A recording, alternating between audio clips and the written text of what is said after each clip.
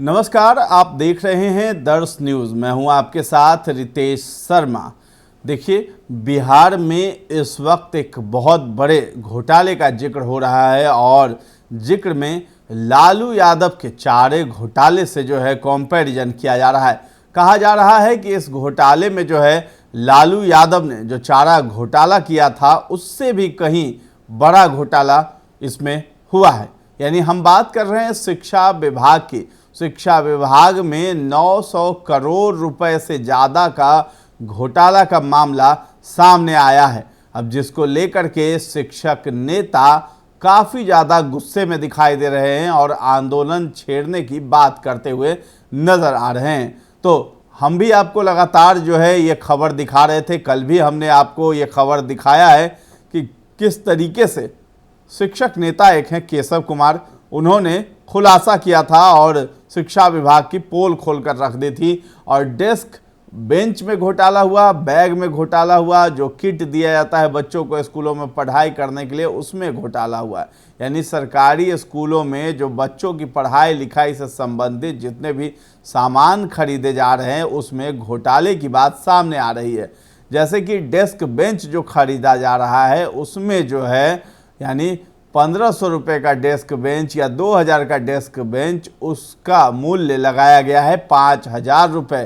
तो हर स्कूल में आप सोच सकते हैं कि कितने बड़े स्तर पर यह घोटाला हुआ होगा। डेस्क बेंच जो कि 2000 रुपये का है, अगर 5000 में वो खरीदा जा रहा है तो 3000 रुपये का एक डेस्क बेंच पर प्रॉफिट होता हुआ दिखाई दे रहा है। इसी तरीके से जोड़ करके और स्कूल बैग जो कि 50-60 रुपये 100 रुपये के अंदर मिल जाएगा उसकी कीमत लगाई जा रही है 200 से 300 रुपये। और पूरे किट स्कूल बैग के साथ कॉपी कलम पेंसिल उस किट का दाम रखा गया है 1292 रुपये, जो कि अगर मुश्किल से जोड़े तो 200 से 300 रुपये तक में वो कंप्लीट वो चीज़ें आ जाती है खुले बाजार में। ये किसी से छिपा नहीं है। तो केशव कुमार इस बात का खुलासा करते हुए कल देखे गए। बिहार में बहार है, भ्रष्टाचार की सरकार है, शिक्षा विभाग में फैली चारों तरफ हाहाकार है। 30 से 40 रुपए की थाली को 120 से 140 रुपए के दर में सप्लाई किया गया है। 1,500 से 2000 के बेंच ड्रेस को 5000 रुपए सप्लाई किया गया है। पहला के बच्चे के लिए देखिए एक बैग मिला है जिसका कीमत 40, 50, 60 रुपए पटना में महावीर मंदिर के सामने में मिलता है। लेकिन अब जो है शिक्षक नेता है, टीईटी शिक्षक संघ के प्रदेश अध्यक्ष भी हैं, उन्होंने जो है इस आंदोलन को बढ़ावा दिया है और सभी लोगों से, शिक्षकों से अपील किया है कि अगर आपके ज़िले में, आपके विद्यालय में अगर कहीं घोटाला ऐसा हो रहा है तो आप जो है हमें सूचित करें, आपका नाम गोपनीय रखा जाएगा। तो अमित विक्रम जो है वो मुखर होकर के बोल रहे हैं और घोटाले की बात भी उजागर करने की बात कर रहे हैं। इसी को लेकर के जो है उनका 7 दिन का वेतन भी काट लिया गया था, जिससे वो गुस्से में नजर आ रहे थे।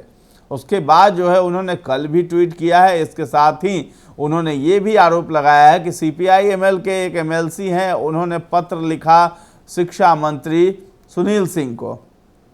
तो संजय सिंह एमएलसी हैं, उन्होंने पत्र लिखा और वह स्कूलों की टाइमिंग को लेकर के पत्र लिख रहे थे कि आखिर बच्चों का मॉर्निंग शिफ्ट कब किया जाएगा। जब इतनी प्रचंड गर्मी पड़ रही है, लू चल रहा है, तो इसका जिम्मेदार आखिर कौन होगा अगर बच्चे बीमार होते हैं तो इसी पर जो है अमित विक्रम ने उन्हें कह दिया कि भाई नौटंकी मत करिए और एक पोस्ट भी लिखा उसमें। और उन्होंने कहा कि असल मुद्दे तो आप उठा ही नहीं रहे हैं। जब ये भी मुद्दा था, टाइमिंग का मुद्दा आप उठा लेते हैं, सदन में भी आप टाइम के बारे में बात करते थे, आपने क्यों नहीं वहाँ पे घोटाले की बात की कि इस तरीके से घोटाला भी हो रहा है, उस पर भी कार्रवाई करनी चाहिए। तो ये सब नाटक मत कीजिए और फिर से जो है आप मॉर्निंग शिफ्ट और ये सब शिफ्ट को लेकर के आप बातें कर रहे हैं, लेकिन असल मुद्दे जो है उस पर बात आप नहीं कर रहे हैं। अच्छी स्थानांतरण है, राज्यकर्मी का दर्जा है, उन सभी चीज़ों पे आपने बात नहीं किया।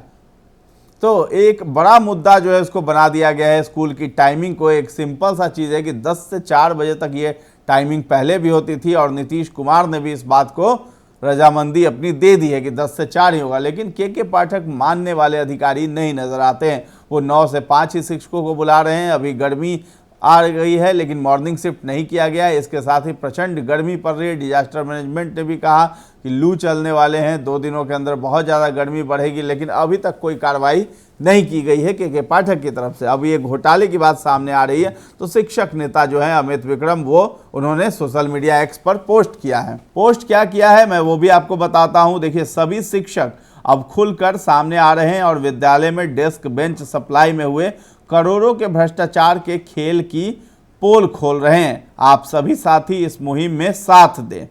तो ये जो है एक अलीजा माही हैं, उनके ट्वीट को रीपोस्ट किया है अमित विक्रम ने।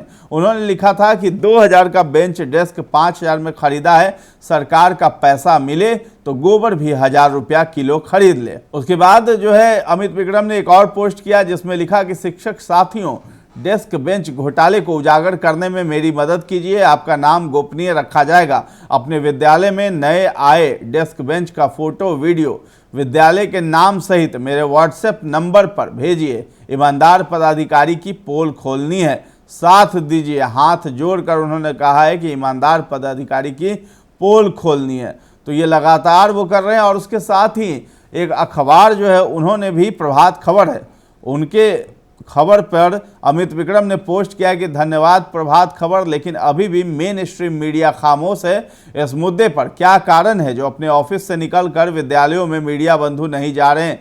चाचा जी के द्वारा विज्ञापन बंद कर दिए जाने की धमकी तो नहीं दी जा रही? तो ये कटिंग है एक पेपर का, उसमें लिखा है कि सभी स्कूलों में उपलब्ध कराए गए बेंच डेस्क की होगी जाँच। बैठने के साथ टूट जा रहे नए बेंच डेस्क। डीईओ ने एजेंसी बदलने का दिया निर्देश। तो जिस एजेंसी को यह कार्य दिया गया था कि बेंच डेस्क लगाया जाए, उसकी गुणवत्ता पर सवाल उठ रहा है, क्योंकि उस पर जब बच्चे बैठ रहे हैं तो वो बेंच और डेस्क आसानी से टूट जा रहा है। तो मजबूती उसमें कुछ नहीं है, गुणवत्ता उसमें कुछ नहीं है। और अमाउंट जो लिया गया है, एक नॉर्मल बेंच और डेस्क का जो अमाउंट होता है 1500 से 2000 होता है, लेकिन ये 5000 मूल्य उसका रखा गया है। तो ये चीज़ें हैं। और अमित विक्रम ने कल भी केशव कुमार के पोस्ट पर भी लिखा था कि डेस्क बेंच घोटाले के बाद अब पेश है स्कूल बैग घोटाला। इतने ईमानदार पदाधिकारी के रहते इतने घोटाले कैसे हो जा रहे हैं? ईमानदारी सिर्फ दिखावा तो नहीं।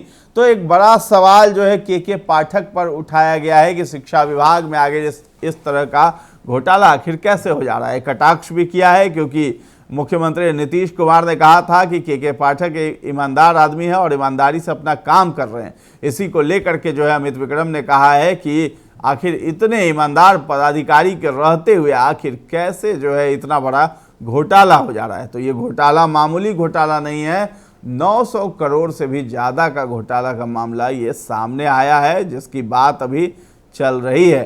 तो आखिर इसके पीछे संलिप्त कौन है और क्या उसकी मंशा है, और के पाठक किस तरीके से शिक्षा विभाग को सुधार रहे हैं। और इंफ्रास्ट्रक्चर की बात जब करें तो बिहार में शिक्षकों को केवल सुधारने से काम नहीं चलेगा, बल्कि इंफ्रास्ट्रक्चर भी मुहैया करानी होगी, दुरुस्त करना होगा, तब जाकर के स्कूलों की शिक्षा प्रणाली भी सुधरेगी। बाकी सब बहुत बेहतर काम कर रहे हैं, के पाठक लगे रहते हैं, बहुत अच्छी बात है। तो इस वीडियो पर आपकी क्या राय है और क्या लगता है आपको कि ये घोटाला सही है? क्या के पाठक के रहते इतना बड़ा घोटाला हो रहा है? क्या आप इसको सच मानते हैं? क्या कुछ आपका सोचना है, ये सब हमें कमेंट सेक्शन में जाकर के जरूर बताएं। और हमारे चैनल को अब तक सब्सक्राइब नहीं किया तो कर लीजिए, और हमारा फेसबुक पेज है उसे भी लाइक और फॉलो कर लें। धन्यवाद।